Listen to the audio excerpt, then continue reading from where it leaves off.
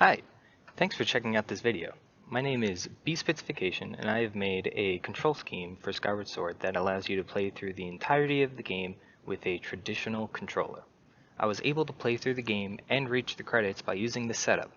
To use this control config, you'll have to add the game to Steam, apply the control config in Steam, and then use a configuration profile in Dolphin. In this video, I will go over how to set everything up and explain the controls as they can get a little complicated. If you know what you're doing, links are in the description for the Steam control configuration and the Dolphin configuration profile. I will leave a timestamp in the description for the explanation of the controls if you don't need me to explain how to set them up.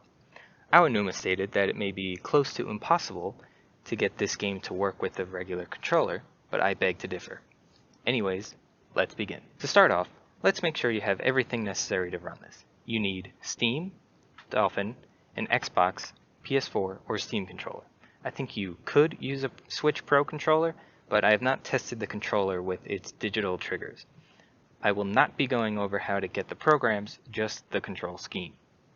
First, you want to add the controller profile to Dolphin. Download the profile from the link in the description. Then, navigate to the folder for Dolphin on your computer. It should default to your Documents folder. From there, go to Dolphin Emulator, Config, Profiles, and Wiimote. Drag and drop the ini file into this folder. The ini file is the same regardless of the controller you are using. Then, you want to add Dolphin as a non-Steam game. This is done by opening up Steam, clicking on Games in the top left, and then add a non-Steam game to my library. If Dolphin doesn't automatically populate, click Browse and navigate to your Dolphin folder and add the exe to the list. To add the controller configuration for Steam, just follow the link in the description for your appropriate controller and hit Apply. If you are using an Xbox or Switch Pro controller, use the PS4 config and apply it. It may give you a warning about being intended for a different type of controller, but it should transfer over fine. Before we launch the game, there is one more thing we need to do. Using Big Picture mode, navigate to the Dolphin shortcut. Check the controller config to confirm that it was applied correctly. After that, click Controller Options and uncheck the box that says Allow Desktop Configuration in Launcher. This may not be necessary, but it is one less variable to worry about. Lastly, launch the shortcut, go to Controllers, and then Wii Remote 1, and Configure. From the Dropbox, choose the controller profile and hit Load. We are now set to launch Skyward Sword and use our controls. If you want, you can stop watching, but I do recommend watching the explanation as many buttons have 2 to 3 functions in this setup. Here are the explanation for the controls. Normally, I would say that you failed if you need to explain your controls, but if Nintendo can do it, then so can I. During the explanation, I will be referencing a DualShock 4 controller because the face buttons are more distinct on that one. Here's a chart I made to make sure I covered every function. As you can see, everything outside of the harp works perfectly, but we'll get to that. So, let's start with the one-to-one functions. The control stick on the nunchuck is mapped to the left analog stick on the DS4. The A button of the Wiimote is bound to the X and L1 of the DS4. It is also bound to the left grip on the Steam controller. The B on the Wiimote is bound to the R1 on the DS4, and also right grip on the Steam controller. Z on the nunchuck is a full press of L2 on the DS4.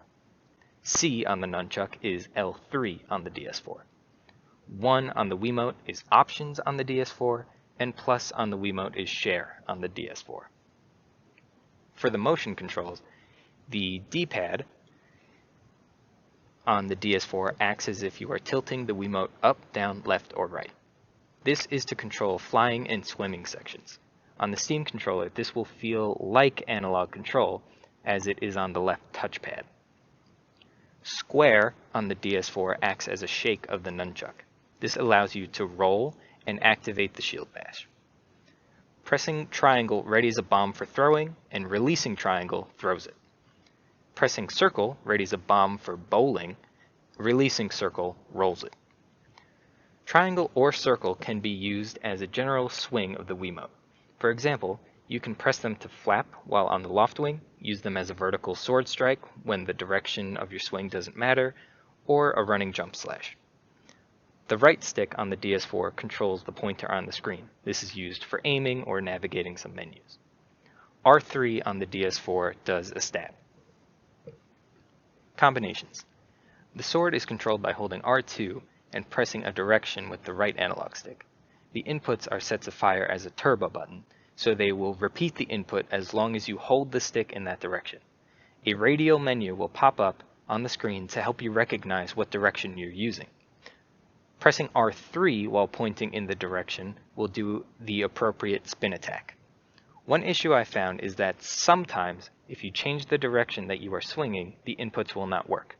This is fixed by simply letting go of R2 and the right stick and pressing it again. I don't know if this is an issue with Dolphin or Steam, or the game losing calibration, but I thought it should be mentioned. If Nintendo's control scheme can work 70% of the time, then mine can function at least 80%. A soft pull of the L2 will trigger the modifier for the D-pad. With L2 pulled, up on the DS4 becomes up on the Wiimote. This pulls out the harp. Left on the DS4 becomes minus on the Wiimote. This opens the adventure pouch. I would suggest pre-selecting potions if you want to use them in the middle of a fight. Down on the DS4 controller is down on the Wiimote. This calls Phi and recalibrates the Wiimote. Right on the DS4 is unused.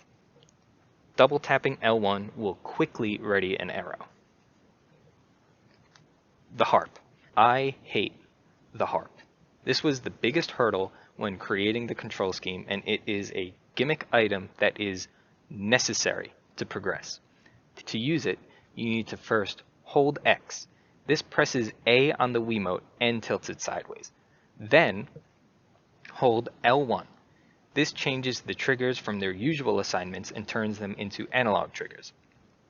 From here, you can use the triggers to go left to right to play the harp. The idea is to alternate between the two. A fully pressed L2 puts the Wiimote all the way to the left. Letting go returns it to center. A fully pressed R2 puts it all the way to the right, and letting go returns it to center. However, in practice, I only needed to press R2 on beat in order to complete this song for the Elden Silent Realm trial. I was able to do it consistently, but it is obnoxious. Some other oddities. Balancing is done by holding R2 and pressing, not holding, right or left on the right analog stick. The whip should be used with the triangle or circle button. You hold the button to have it latch on to the target, and you release to whip it back, kind of the same with bombs. Aiming and firing should generally be done with using L1 as your A button. A finishing blow is the same as doing a spin attack, so you hold R2, press the right analog stick in a direction, and press R3. The beetle should be controlled with the D-pad, but fine movements can be made with the right analog stick. A skyward strike can be done by holding triangle. Releasing triangle shoots it. I made Link angle his sword after the strike has charged due to an issue in the fight with Mike Wazowski's girlfriend. The spinny eye things in the first dungeon can be dealt with. It may just depend on the angle that you are facing them. Boss keys can be dealt with through a combination of the D-pad and the right analog stick. You would also need to use L1, not X, when rotating them. That being said, that is the control scheme. Please let me know if any issues come up in the comments. I try to respond back as quickly as possible. I also have a control scheme for Metroid 2, Samus Returns, for using Citra and the Steam overlay. Please let me know in the comments if you have any suggestions for future videos, and thank you for checking this one out.